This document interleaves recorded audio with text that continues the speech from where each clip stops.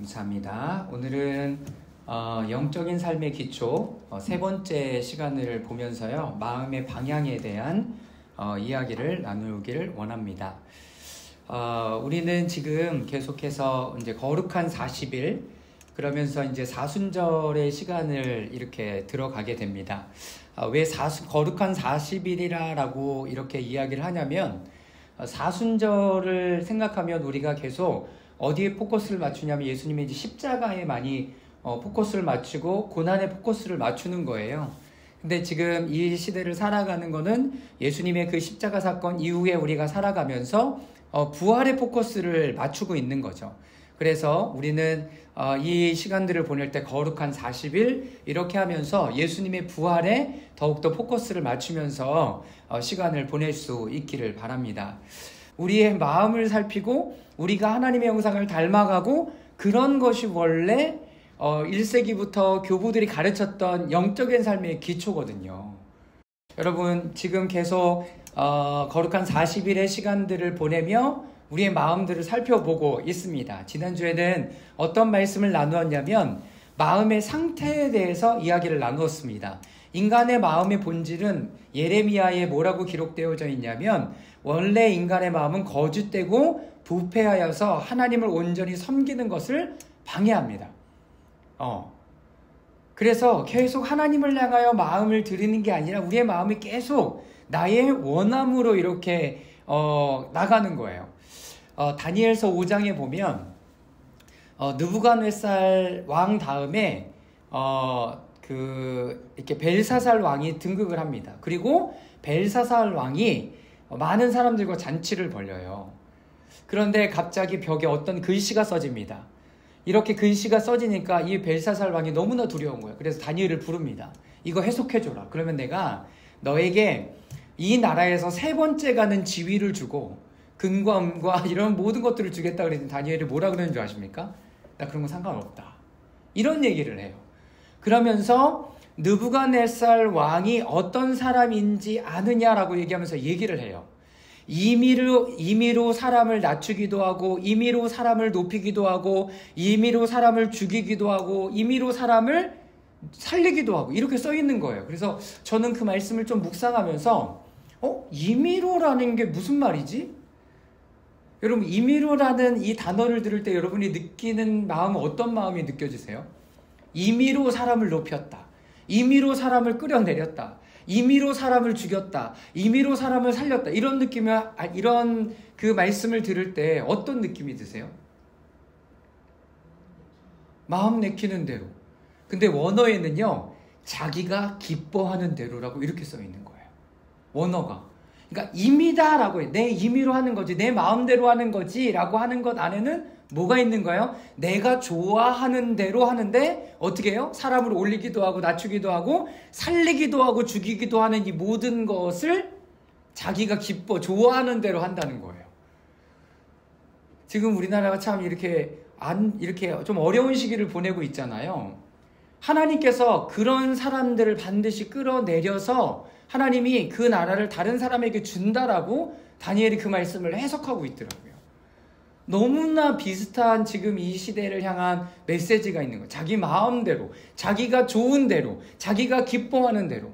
그런데 우리의 마음이 그렇다는 거죠. 그래서 거짓되고 부패하였다라고 이야기를 하는 겁니다. 자, 영적 성장의 조건은 어떤 것이냐면, 진정한 그리스도인의 삶은 지속적으로 은혜를 받고 변화되는 과정이다. 하나님은 우리의 말이 아닌 진정한 변화를 통해서 영광을 받으세요. 영광을 받으신다라고 얘기했을 때는 막 내가 하나님을 향하여 교회를 지어드리고 막 헌금을 많이 하고 내가 높아지고 그런 것을 이야기하는 게 아니라, 하나님의 형상을 닮은 우리가 그분의 형상대로 변화되어지고 다른 사람들에게 하나님의 형상을 나타낼 때에야 하나님께서 영광 받으신다는 거예요. 이 영광 받으신다는 것에 대한 이제 의미들이 좀 달라지는 것. 이게 이제 본질적인 의미가 됩니다. 마음의 변화. 마음의 변화는 온전한 영적 성정을 위해서는 마음이 나뉘지 않고 전적으로 하나님께 향해야 합니다. 마음이 나뉜다라는 게 뭐냐면, 로마서 7장 말씀에 보면 바울이 내 안에 두 존재가 있다라는 이야기를 해요. 하나는 육신을 닮아가고 쫓아가는 나, 그리고 하나는 하나님의 성령의 인도함을 받아가려고 하는 나. 이게 이제 두 존재라는 거죠. 근데 이 두 존재가 계속 싸워요. 그래서 그 다음에 얘기하는 게 로마서 8장에 나오면 육신에 하나님의 영을 가진 사람은 하나님의 영을, 그러나 육신에 속하는 사람은 계속 육신의 일을 행해간다, 따라간다라고 기록하고 있는 거죠.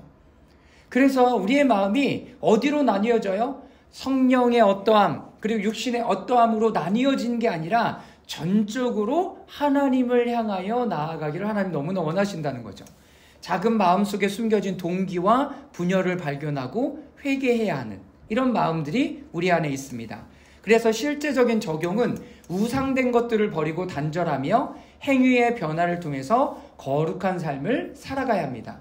그리고 하나님을 진정으로 섬기기 위해서는 깨끗하고 정결한 마음의 이 모습들을 가져야 되는 거죠. 그래서 이 거룩한 40일의 가장 중요한 포인트는 금식과 기도의 여정이 됩니다. 무엇을 금식할 건가? 그래서 우리가 육으로, 내 육신 안에서 계속 갈망으로 일어나고 있는 것, 근데 내 양심이나 성령이 인도하는 것에 계속 반하여 나아가려고 하는 것에 대한 금식을 하는 시간들을 갖는 거예요. 그래서 여러분 그렇게 금식을 하면서 음식 최소한 우리 하루에 3끼 먹으니까 3끼 중에 한 끼는 좀 금식을 하면서 내가 배고프다, 그러면 내가 의존된 뭘 먹어야 되겠구나, 이런 마음이 들 때마다 내가 생명의 양식인 주님의 말씀을 먹어야 되겠구나, 그래야 내 영이 사는구나, 이거를 경험하게 되는 거예요. 그래서 금식하는 겁니다. 그래서 참된 금식은 연약한 사람들을 풀어주고 갇힌 사람들을 놓아주고 이런 하나님의 놀라운 은혜들이 일어나는 거죠. 여러분, 니느웨, 요나가 하나님의 말씀을 전했던 니느웨에 금식할 때 어떤 일이 일어났는지 기억하세요? 여러분, 그 나라 전체가 하나님 앞에 돌아왔어요. 여러분, 그런 금식은 이런 놀라운 역사를 일으켜내는 거예요. 그래서 우리 안에 정말로 다루어야 할 부분들이 있다면 금식의 마음의 결정을 하고, 특별히 지금 거룩한 40일의 시간을 보내니 우리의 마음을 좀 새롭게 해서 금식의 시간을 보내고, 또 금식의 시간 가운데 기도의 시간을 또 하나님 앞에 찾고 또 하나님 앞에 나아가는 그런 은혜가 있기를 주님의 이름으로 축원합니다. 아멘. 우리 오늘 말씀은요, 시편 119편 112절 말씀인데요, 우리 다 같이 한번 읽어보도록 하겠습니다. 시작. 내가 주의 율례들을 영원히 행하려고 내 마음에 기울였나이다. 아멘. 우리 잠언 23장 19절 말씀도 읽어보겠습니다. 시작. 내 아들아, 너는 지혜를 얻어 내 마음을 받은 길로 인도할지라. 아멘. 지난주에는 우리의 마음이 어떤지 봤어요. 거짓됐대요. 그리고 부패했대요. 그리고 하나님을 온전히 섬기는 것에 너무나 이렇게 마음을 쓰지 않아요. 그런 마음의 모습을 봤다면, 오늘은 이제 마음의 방향, 마음의 지향성을 어디로 가야 될 것인가를 오늘 함께 나누게 됩니다. 그리고 오늘 끝에는 기도문 기도를 좀 하려고 합니다. 그래서 내 마음에 어떤 기도를 할 것인가. 그래서 이 기도문을 보면 말씀들이 다 있어요. 우리 마음에 어떤 부분에 대해서 어떻게 기도해야 될지, 이런 부분들을 좀 기도문으로 정리해 놓은 것이 있는데, 그것을 가지고 좀 기도하는 시간을 갖도록 하겠습니다. 자, 마음은 인간의 삶의 중심 부분입니다. 사람의 깊은 내면의 방향, 즉 사람의 영이 됩니다. 그래서 이 마음을 하나님께서는 계속 잘 이렇게 보기를 원하시죠. 하나님의 눈은 사람의 마음을 바라보며 그의 마음의 방향을 살피시기에 마음은 가장 중요한 부분이 됩니다. 자, 사무엘상 16장 7절 말씀 우리 다 같이 읽어보겠습니다. 시작. 그러나 주님께서 사무엘에게 이르셨다. 너는 그의 준수한 겉모습과 큰 키만 보아서는 사람이 세운 사람이 아니다. 나는 사람이 판단하는 것처럼 그렇게 판단하지 않는다. 사람은 겉모습만을 따라 판단하지만 나 주는 중심을 본다. 자, 이 중심이라고 얘기하는 것이 마음을 이야기하는 거예요. 마음을 이야기하는 거. 자, 그리고 사무엘상 13장 22절 말씀을 우리 다 같이 한번 읽어보도록 하겠습니다. 시작.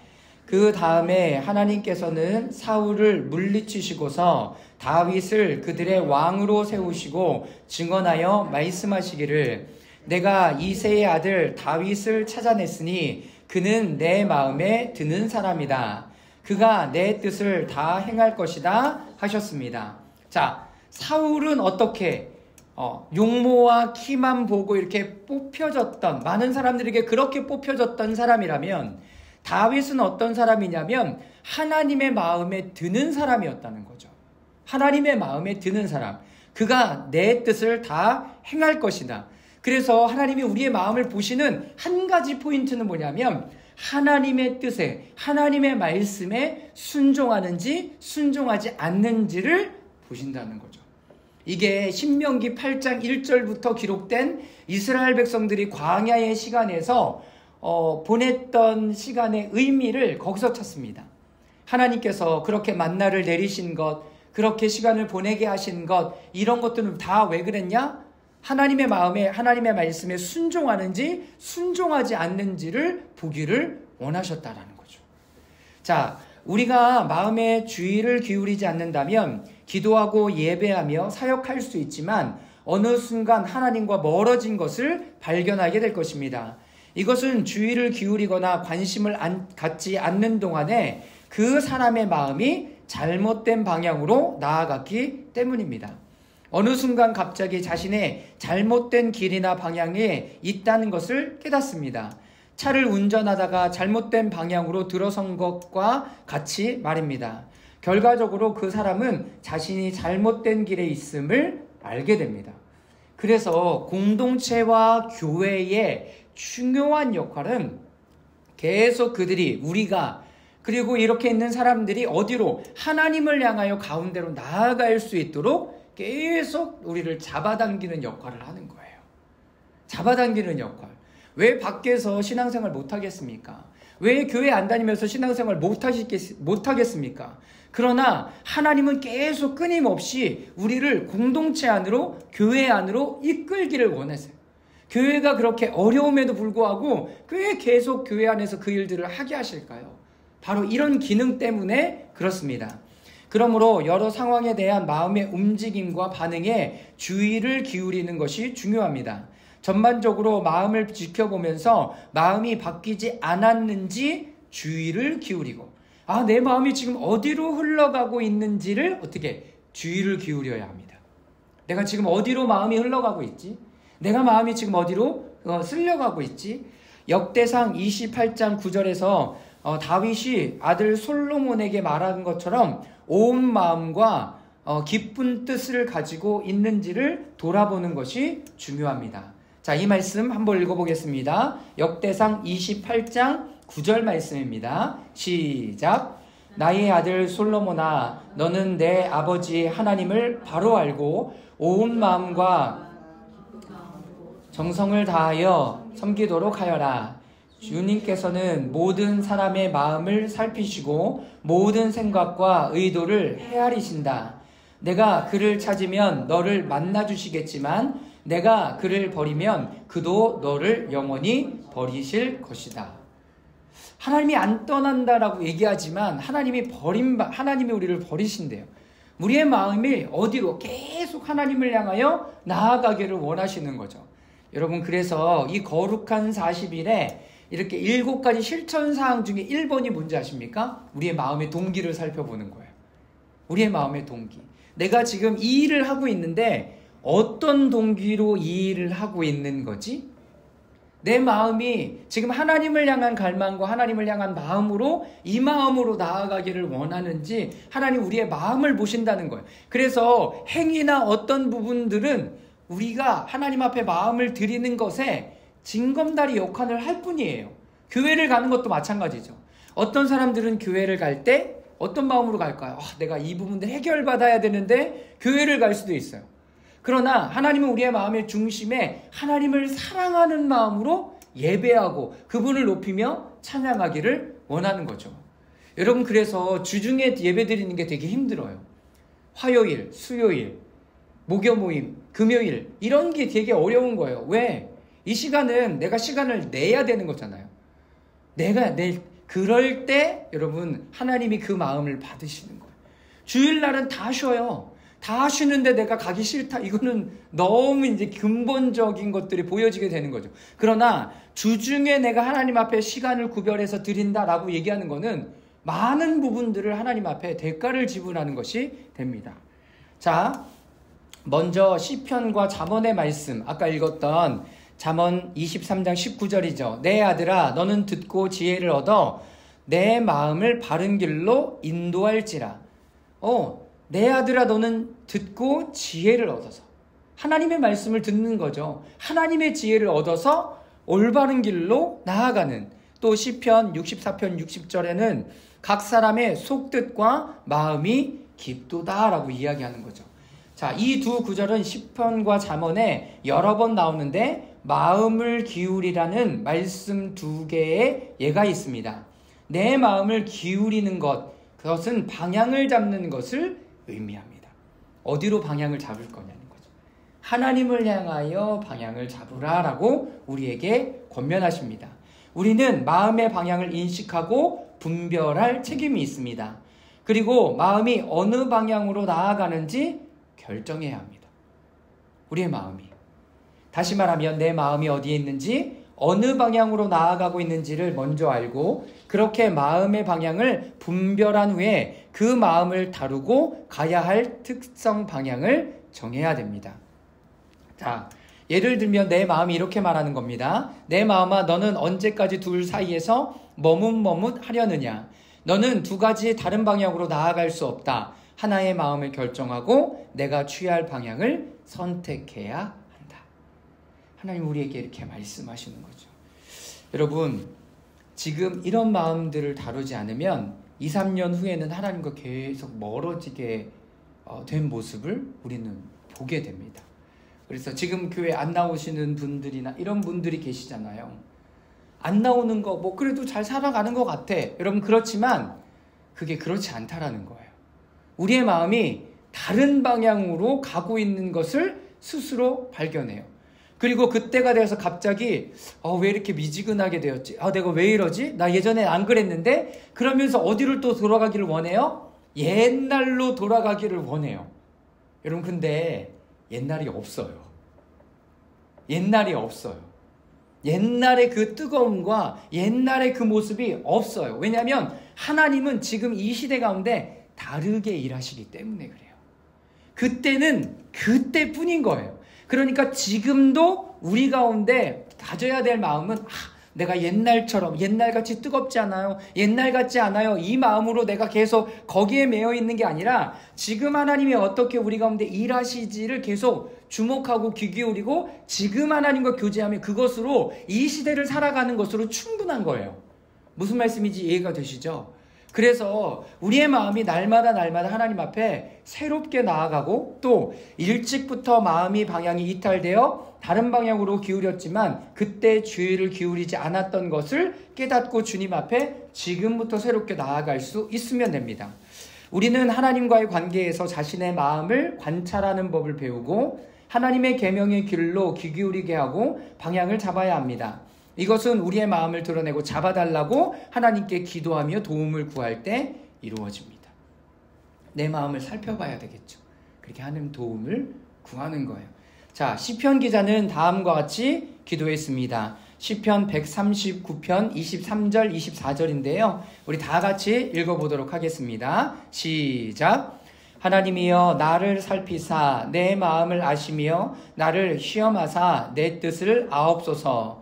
내게 무슨 악한 행위가 있나 보시고 나를 영원한 길로 인도하소서. 네, 시편 기자도 이렇게 하나님 앞에 기도하며 나갔습니다. 자, 두 번째, 우리에게 다음과 같은 기도로 주님 앞에 나아갈 책임이 있습니다. 예레미야 17장 10절 말씀인데요. 우리 다 같이 한번 읽어보겠습니다. 시작. 주님은 마음을 살피시는 분입니다. 제 마음 안에, 마음과 그 안에 있는 것을 볼 수 있도록 도와주십시오. 네, 이것은 뭐냐면 실험실에서 행하는 실험과 같습니다. 하나님 계속 우리의 마음을 테스트하시죠. 그것이 신명기 8장 1절에서 5절의 말씀에 기록되어져 있죠. 자, 우리 다 같이 읽어볼 때요, 저와 여러분들이 한 절씩 교독하며 읽도록 하겠습니다. 1절부터 제가 읽겠습니다. 당신들은 오늘 내가 당신들에게 명하는 모든 명령을 잘 지키십시오. 그러면 당신들이 살아서 번성할 것이며 주님께서 당신들의 조상에게 약속하신 땅에 들어가서 그 땅을 차지할 것입니다. 당신들이 광야를 지나온 40년 동안 주 당신들의 하나님이 당신들을 어떻게 인도하시는지를 기억하십시오. 그렇게 오랫동안 당신들을 광야에 머물게 하신 것은 당신들을 단련시키고 시험하셔서 당신들이 하나님의 계명을 지키는지 안 지키는지 당신들의 마음속을 알아보려는 것이었습니다. 주님께서 당신들을 낮추시고 굶기시다가 당신들도 알지 못하고 당신들의 조상도 알지 못하는 만나를 먹이셨는데, 이것은 사람이 먹는 것만으로 사는 것이 아니라 주님의 입에서 나오는 모든 말씀으로 산다는 것을 당신들에게 알려주시려는 것이었습니다. 지난 40년 동안 당신들의 몸에 걸친 옷이 헤어진 일이 없고 발이 부르튼 일도 없었습니다. 당신들은 사람이 자기 자녀를 훈련시키듯이 주 당신들의 하나님도 당신을 훈련시키신다는 것을 마음속에 새겨두십시오. 아멘. 여러분, 저는 이 말씀을 볼 때마다 계속 이렇게 제 마음 가운데 울려지는 건 뭐냐면, 광야를 지나는 40년 동안 그들이 먹을 것이 없어서 죽지 않았다는 거죠. 옷이 없어서 죽지 않았어요. 신발이 없어서 그들의 발이 부르튼 게 아니에요. 그들이 죽었던 유일한 이유는 뭔지 아십니까? 여러분, 죄를 범해서 죽은 거예요. 그러니까 지금 우리가 이 땅을 살아가는 것도 마찬가지예요. 우리에게 두려움은 먹을 것이 없을까, 입을 것이 없을까, 집이 없을까, 신발이 없을까, 이런 걱정을 하는데, 이게 마태복음에 가면 예수님 뭐라 그래? 그런 건 다 누가 구하는 거다? 이방인들을 구하는 거다. 그러니까 너희는 먼저 그의 나라와 의를 구하라 라고 이야기해요. 하나님의 방법으로 살아가라 라고 말씀하시는 거죠. 자, 그들 대부분은 어떻게 됩니까? 고린도전서 10장 5절 말씀에 보면, 그러나 그들 다수를 하나님께서 기뻐하지 않으셨으므로 그들이 광야에서 멸망을 받았느니라. 자, 이제 우리는 하나님께, 성령님께 관심을 더 기울여야 합니다. 하나님이 지금 이 시간에 우리를 어떤 마음으로 나아가게 하시지? 우리가 성령님께 더 많은 관심을 기울일수록 그분은 우리에게 자신에 대한 깊은 계시를 더 많이 드러냅니다. 하나님, 제 마음이 어때요? 날 보여주세요. 알려주세요. 그리고 하나님 앞에 도움을 구하면서 나아갈 때마다 하나님 계속 더 우리에게 더 많은 것들을 알려주실 거예요. 자, 그렇게 되면 우리가 어디에 있든지 상관없습니다. 우리의 관심은 하나님, 내가 어디를 가야 되죠? 라고 질문하지만 더 중요한 건 뭐예요? 우리의 마음이에요. 우리의 마음이 어디에 있는가를 보기를 원하죠. 우리가 수련회에 있든지 영적인 모임에 있든지 그 어떤 곳에 있든지 상관없다. 장소가 차이를 만드는 것은 아닙니다. 그 장소가 그날을 좋은 날로 만들거나 영을 뜨겁게 하지 않습니다. 차이를 만드는 것은 성령님, 즉 보혜사 성령님이 그 자리에 함께 계실 때, 그분이 우리에게 가까이 오실 때 영적인 공기, 분위기가 바뀌는 거죠. 우리 가운데 계신 그분의 임재는 우리의 마음을 뜨겁게 하시고 움직이시고 뜨겁게 하시는 거죠. 근데 어떤 장소에 가면 그게 느껴지기도 해요. 그것은 어떤 사람이 있기 때문에 그래요. 그 장소에 하나님을 향한 마음을 가진 사람들이 그곳에 계속 모여 있었기 때문에 거기에 하나님의 임재가 묻어나는 거예요. 묻어나는 거예요. 그리스도인들에게 맡겨주신 사명은 그거예요. 우리가 가는 곳곳마다 그것이 어떤 곳으로, 하나님의 거룩한 곳으로, 하나님의 임재가 있는 곳으로 바꿔내기를 원하세요. 바꿔내기를 원하세요. 그러면 그 자리에 성령님을 초청하기도 하고 우리가 그 자리에서 기도하고 예배하는 일들이 끊임없이 일어나는 것이 중요해요. 네. 여러분, 주일날 생각해 보세요. 주일날 7시 반에 첫 예배를 드리는 교회도 있고 막 이렇게 있잖아요. 7시 반에 첫 예배를 드려요. 9시에 예배를 드려요. 11시 반에 예배를 드려요. 2시에 예배를 드려요. 각 예배마다 예배가 있잖아요. 여러분, 주일에 그래서 하나님 앞에 이렇게 구별해서 드리는 사람들의 예배로 인해서 그 자리가 하나님의 임재가 가득하게 되는 거예요. 가득하게 되는 거예요. 지금 우리가 드리고 있는 이 갤러리아 폴의 지하 3층도 마찬가지고, 요즘에 여기에서 그 교회가 세 교회가 예배를 드려요. 월요일 빼고요, 매 저녁마다 모임이 있어요. 여기 예전에는 한 교회가 월요 큐티, 화요 성령 집회, 수요 예배, 목요 모임, 금요 철야, 토요 모임 막 이렇게 해서 한 교회가 다 해야 됐잖아요. 너무 신기해요. 주일 저녁 매일 저녁마다 예배가 다 드려지고 있어요. 여러분, 내일도 있어요. 예배가 오전에. 주일은 물론이거니와. 여러분, 한 교회가 감당하는 게 아니라 이제는 각 교회들이 이 부분들을 감당하면서 이것이 하나님의 성전을 하나님 앞에 예배하는 임재의 처소로 드려지게 된다는 거예요. 여러분, 너무 감사하지 않아요? 제가 온누리 교회 다닐 때 경배 찬양을 섬기면서 가장 감동적이었던 게 뭐냐면, 하용조 목사님이 이런 목회 철학이 있었는지는 모르겠어요. 그러나 월요일 날은 월요 큐티, 화요일은 화요 성령 집회, 수요일에는 수요 예배, 목요일에는 경배와 찬양, 금요일 날은 금요 철야, 토요일 날은 요셉 예배. 매일 교회가 하나님 앞에 예배로 드려져요. 대부분의 교회 그런 교회 없어요. 그런 교회 없다고요. 여러분, 우리가 그 저녁 시간을 구별하든지 아니면 우리의 마지막 시간들을 구별하든지 매일 하나님 앞에 이 시간들을 들여가는 것은 여러분들이 있는 그 장소를 하나님의 임재의 처소로 바꾸는 거예요. 그러니까 우리는 이제 성령님에게 더 많은 마음을 기울이면 기울일수록 성령님은 우리에게 더 많은 부분들을 말씀하시고 깨닫게 해주시고 알게 하시고 더 하나님의 마음을 우리 가운데 부으시는 거죠. 그러니까 첫 번째, 우리 마음을 살펴야 돼요. 하나님 앞에 우리의 마음을 정해야 돼요. 로마서 8장 26절 27절인데요. 우리 다 같이 한번 읽도록 하겠습니다. 이와 같이 시작. 이와 같이 성령께서도 우리의 약함을 도와주십니다. 우리는 어떻게 기도해야 할지도 알지 못하지만 성령께서 친히 이루다 말할 수 없는 탄식으로 우리를 대신하여 간구하여 주십니다. 사람의 마음을 꿰뚫어 보시는 하나님께서는 성령의 생각이 어떠한지를 아십니다. 성령께서 하나님의 뜻을 따라 성도를 대신하여 간구하시기 때문입니다. 저는 이 말씀 되게 좋아해요.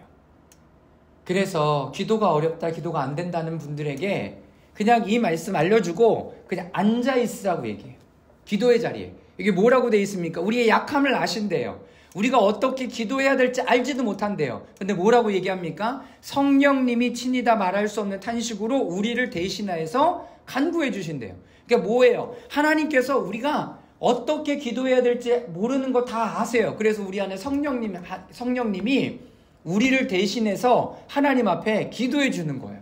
나 뭐 하면 돼요? 그냥 앉아 있으면 돼요. 그 기도 시간에 내가 그냥 앉아 있으면 된다고요.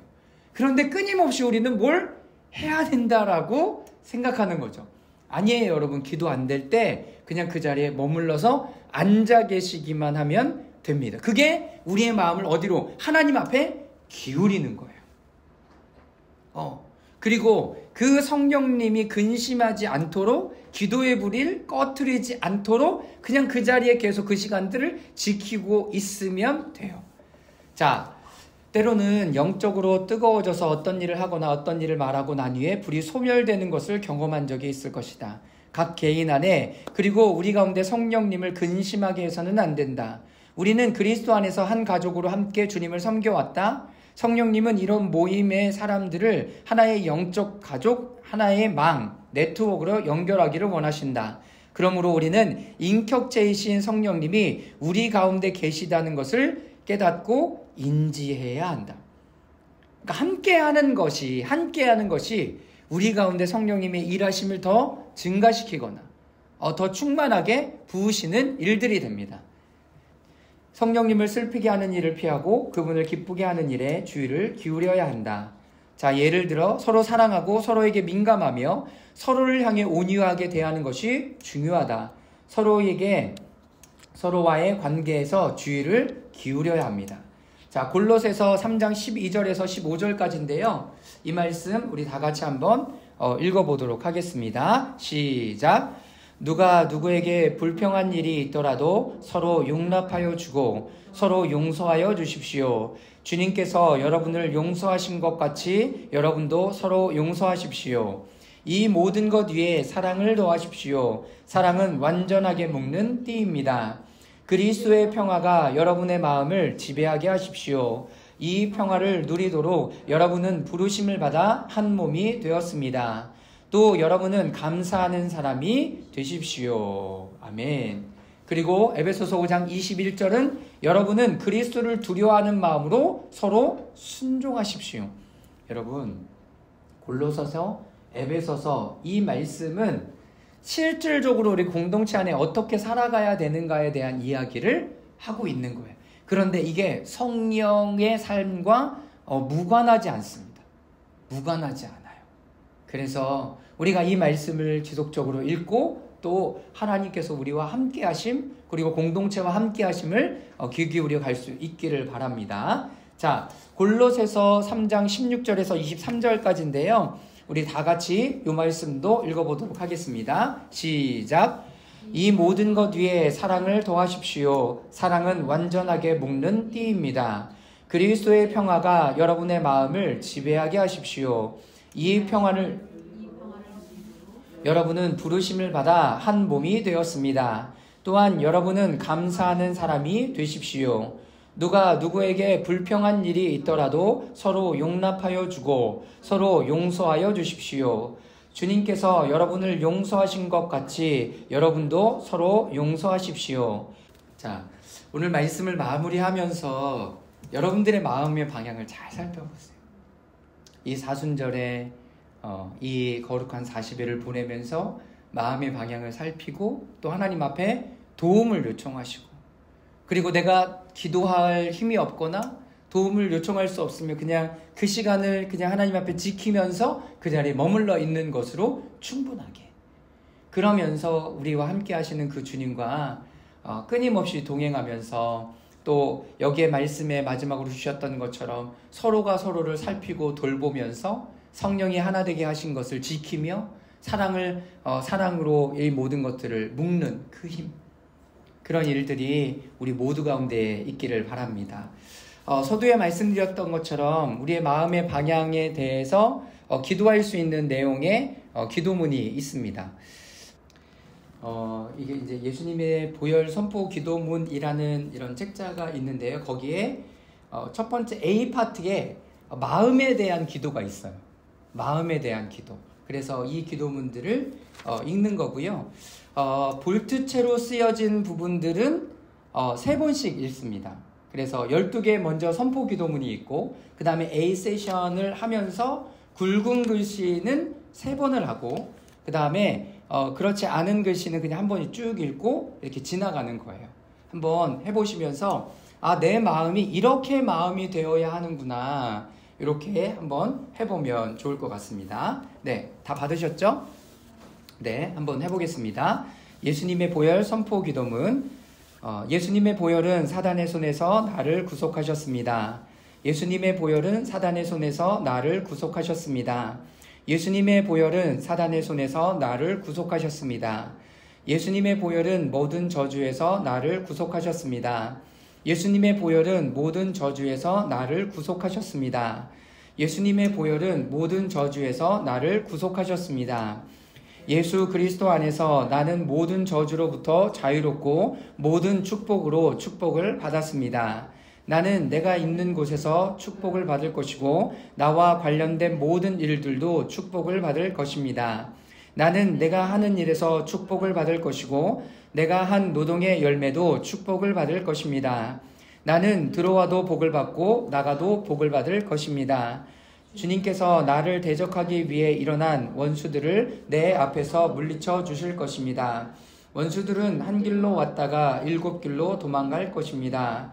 주님께서 나의 창고와 내 손으로 하는 모든 일에 복을 내리시고 내게 주신 땅에서 복을 주실 것입니다. 주님께서 나를 거룩한 백성으로 세우실 것입니다. 땅 위의 모든 민족들이 하나님께서 나를 그의 백성으로 택하신 것을 보고 나를 두려워할 것입니다. 주님은 나에게 풍부한 소산을 주실 것입니다. 하늘의 아름다운 보고를 열어 내 땅에 때를 따라 비를 내리시고 내 손으로 하는 모든 일에 복을 주실 것입니다. 나는 많은 민족에게 구워주고 빌리지는 않을 것입니다. 주님께서 나의 머리가 되게 하시고 꼬리가 되지 않게 하시며 위에 있고 아래에 있지 않게 하실 것입니다. 예수님의 보혈은 나를 위하여 영원한 언약을 이루어 주셨습니다. 예수님의 보혈은 나를 위하여 영원한 언약을 이루어 주셨습니다. 예수님의 보혈은 나를 위하여 영원한 언약을 이루어 주셨습니다. 예수님의 보혈은 하나님 아버지와 다른 사람들 그리고 모든 피조물들과 내가 평화와 화해를 누리게 하셨습니다. 예수님의 보혈은 하나님 아버지와 다른 사람들 그리고 모든 피조물들과 내가 평화와 화해를 누리게 하셨습니다. 예수님의 보혈은 하나님 아버지와 다른 사람들 그리고 모든 피조물들과 내가 평화와 화해를 누리게 하셨습니다. 예수님의 보혈은 모든 죄에서 나를 용서해 주셨습니다. 예수님의 보혈은 모든 죄에서 나를 용서해 주셨습니다. 예수님의 보혈은 모든 죄에서 나를 용서해 주셨습니다. 하나님의 아들 예수님의 보혈은 모든 죄로부터 나를 깨끗하게 하십니다. 예수님의 보혈은 모든 죄로부터 나를 깨끗하게 하십니다. 하나님의 아들 예수님의 보혈은 모든 죄로부터 나를 깨끗하게 하십니다. 예수님의 보혈은 모든 정죄로부터 나를 변호하여 나를 대적하는 마귀의 고소를 무효하고 내가 결코 죄를 짓지 않은 것처럼 나를 의롭게 하십니다. 예수님의 보혈은 모든 정죄로부터 나를 변호하여 나를 대적하는 마귀의 고소를 무효하고 내가 결코 죄를 짓지 않은 것처럼 나를 의롭게 하십니다. 예수님의 보혈은 모든 정죄로부터 나를 변호하여 나를 대적하는 마귀의 고소를 무효하고 내가 결코 죄를 짓지 않은 것처럼 나를 의롭게 하십니다. 예수님의 보혈은 나를 성화시키시고 거룩하게 하여 나는 주님께 속하게 되었고 헌신하게 되었으며 주님의 사역을 위해 구별되었습니다. 예수님의 보혈은 나를 성화시키시고 거룩하게 하여 나는 주님께 속하게 되었고 헌신하게 되었으며 주님의 사역을 위해 구별되었습니다. 예수님의 보혈은 나를 성화시키시고 거룩하게 하여 나는 주님께 속하게 되었고 헌신하게 되었으며 주님의 사역을 위해 구별되었습니다. 예수님의 보혈은 내가 살아계신 하나님을 섬기도록 죽은 행실로부터 나의 양심을 깨끗하게 하십니다. 예수님의 보혈은 내가 살아계신 하나님을 섬기도록 죽은 행실로부터 나의 양심을 깨끗하게 하십니다. 예수님의 보혈은 내가 살아계신 하나님을 섬기도록 죽은 행실로부터 나의 양심을 깨끗하게 하십니다. 예수님의 보혈은 나로 하여금 거룩하신 하나님을 섬기도록 지성소에 들어가게 하십니다. 예수님의 보혈은 나로 하여금 거룩하신 하나님을 섬기도록 지성소에 들어가게 하십니다. 예수님의 보혈은 나로 하여금 거룩하신 하나님을 섬기도록 지성소에 들어가게 하십니다. 예수님의 보혈은 나로 하여금 사단과 그의 모든 권세를 극복하게 하십니다. 예수님의 보혈은 나로 하여금 사탄과 그의 모든 권세를 극복하게 하십니다. 예수님의 보혈은 나로 하여금 사탄과 그의 모든 권세를 극복하게 하십니다.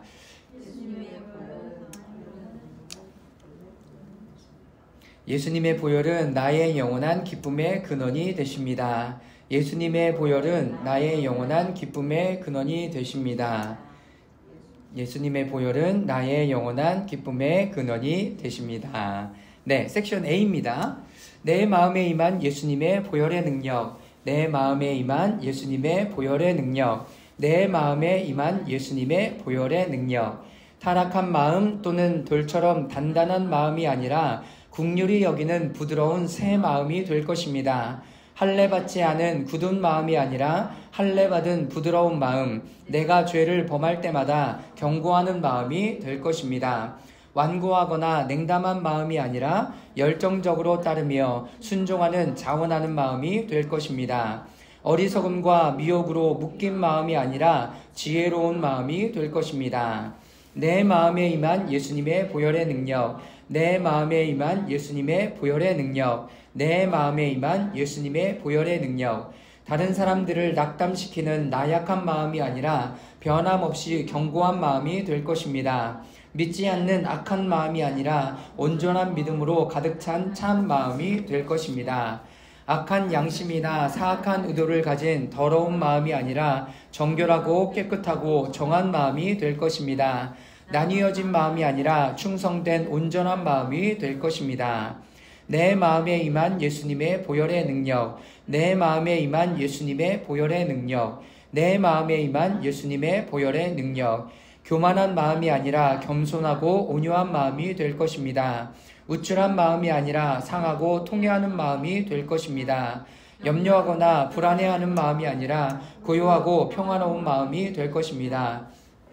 마음이 아니라 정직한 마음이 될 것입니다. 주님께서 내 속에 새 영을 넣어주시고 새 마음을 주십니다. 주님께서 내 속에 새 영을 넣어주시고 새 마음을 주십니다. 주님께서 내 속에 새 영을 넣어주시고 새 마음을 주십니다. 주님의 법을 내 생각에 두시고 내 마음에 기록해 주십니다. 주님의 마음에 법을 내 생각에 두시고 내 마음에 기록해 주십니다. 주님의 법을 내 생각에 두시고 내 마음에 기록해 주십니다. 내 뼈와 관절에 임한 예수님의 보혈의 능력, 내 뼈와 관절에 임한 예수님의 보혈의 능력, 내 뼈와 관절에 임한 예수님의 보혈의 능력. 뼈들은 부활의 능력을 받아들이며 내 관절은 사랑의 기름 부음을 받을 것입니다. 그래서 내 뼈들은 살아날 것입니다. 내 뼈들은 치유될 것입니다. 내 뼈들은 견고하게 될 것입니다. 내 뼈들은 기뻐하고 윤택하게 될 것입니다. 내 뼈들은 관절과 인내로 서로 연결되고 힘줄이 생기고 살이 오르며 그 위에 가죽이 덮이고 그 안에 생기가 들어가 내 혼의 도시가 세워질 것입니다. 내 옛사람의 혼의 도시에 임한 예수님의 보혈의 능력, 내 옛사람 혼의 예수님의 보혈의 능력, 내 옛사람의 혼의 도시에 임한 예수님의 보혈의 능력. 내 옛사람 혼의 도시에 세워진 벽은 무너지고 새 빗장은 꺾이고 논문은 부서질 것입니다. 제단은 헐리고 조각한 우상들은 깨지며 신상과 목상은 찍혀 파괴될 것입니다. 원수의 이름은 그 이름으로 세워놓았던 모든 곳에 파괴되고 원수를 경배했던 곳은 제거될 것입니다. 모든 골짜기는 메워지고 모든 산과 작은 산은 낮아지며 굽은 것은 펴지고 거친 글은 평탄해질 것입니다. 내 새 사람의 혼의 도시에 임한 예수님의 보혈의 능력, 내 새 사람의 혼의 도시에 임한 예수님의 보혈의 능력, 내 새 사람의 혼의 도시에 임한 예수님의 보혈의 능력, 내 새 사람의 혼의 도시에 성벽을 건축하고 문짝을 달아 하나님의 제단이 세워질 것입니다. 한 곳은 새롭게 건축되고 사막에 꽃이 피기 시작할 것입니다. 내 안에 그리스도의 형상이 이루어질 것입니다. 내 안에 그리스도의 형상이 이루어질 것입니다. 내 안에 그리스도의 형상이 이루어질 것입니다. 내 새 사람의 혼의 도시 예루살렘은 큰 임금의 성이 될 것입니다. 내 내면의 도시 예루살렘에 임한 예수님의 보혈의 능력, 내 내면의 도시 예루살렘에 임한 예수님의 보혈의 능력, 내 내면의 도시 예루살렘에 임한 예수님의 보혈의 능력. 내 내면의 도시는 힘과 아름다움의 옷을 입을 것입니다. 이것은 거룩한 도시며 할례를 받지 아니한 자와 부정한 자신은 나의 도시에 들어오지 못할 것입니다. 이제 이곳은 성령 안에서 하나님이 거하실 처소가 되고 삼위 집이 되며 거룩한 분이 거하시는 곳이 되며 나의 마음은 지극히 높으신 분의 보좌가 될 것입니다. 아멘. 자, 이 기도문들을 이렇게 보면 각 이렇게 내용마다 하나님의 말씀, 이 성경의 말씀이 다 있어요. 그거를 기도문으로 좀 만들어 놓은 것입니다. 그러니까 흐름을 보면 먼저는 내 마음이 어떤 마음인가를 얘기해요. 돌처럼 단단한 마음, 그 다음에 굳은 마음, 이것이 할례받지 않은 이런 마음들이 부드러워지고 녹아지고, 그리고 냉담하고 열정적이지 않는 것, 이런 부분들이 열정적인 마음으로 이제 바뀌어지는 거죠. 그리고 또 어떤 마음도 있냐면 다른 사람들을 낙담시키는 마음이 아니라 견고한 마음. 이런 마음이 너무나 중요하잖아요. 그리고 믿는 마음으로 가고, 그리고 내 마음이 이제 겸손한 마음으로 계속 바뀌어지는 것에 대한 기도를 하고 있죠. 근데 여기 뼈와 관절에 대한 이야기를 하고 있잖아요. 왜 뼈와 관절이 중요한지 아십니까? 하나님을 섬기는데 내 뼈가 움직여져야 돼요. 무릎을 꿇을 때도, 하나님 앞에 나아갈 때도, 손을 들 때도 관절이 필요한 거예요. 그런데 여기에 특별히 내 뼈와 관절에 대한 말씀은 에스겔서 34장 메마른 뼈들에 대한 말씀이에요. 근데 뼈에 생기가 들어가잖아요. 여러분, 피를 어디서 만들어내는 줄 아십니까? 피? 뼈에서 만들어내요. 골수에서 만들어내요. 그러니까 이 기도가 너무나 중요한 거예요. 왜? 이 뼈에서 나오는 그 골수, 그 피로 말미암아서 우리의 심장으로 들어가고 움직여지는 중요한 역할을 하는 게 내 뼈거든요. 그리고 어떤 것으로 넘어갑니까? 내 마음이 이제 우상들이 다 흘려지고 하나님의 새로운 하나님의 나라가 우리 가운데 세워지는 거예요. 여기. 그래서 하나님의 형상으로 세워지는 부분들을 이야기하는 거죠. 여러분, 오늘 이후에 기도할 때는 여러분들이 이 내용들을 한번 보시면서 내 마음이 하나님 앞에 더 새로워져야 되는 부분들이 어떤 부분들이 있는지 살펴보시고 이 기도문들을 하나하나 또 주님께 올려드리며 기도하는 시간들로 가지면 될 것 같습니다.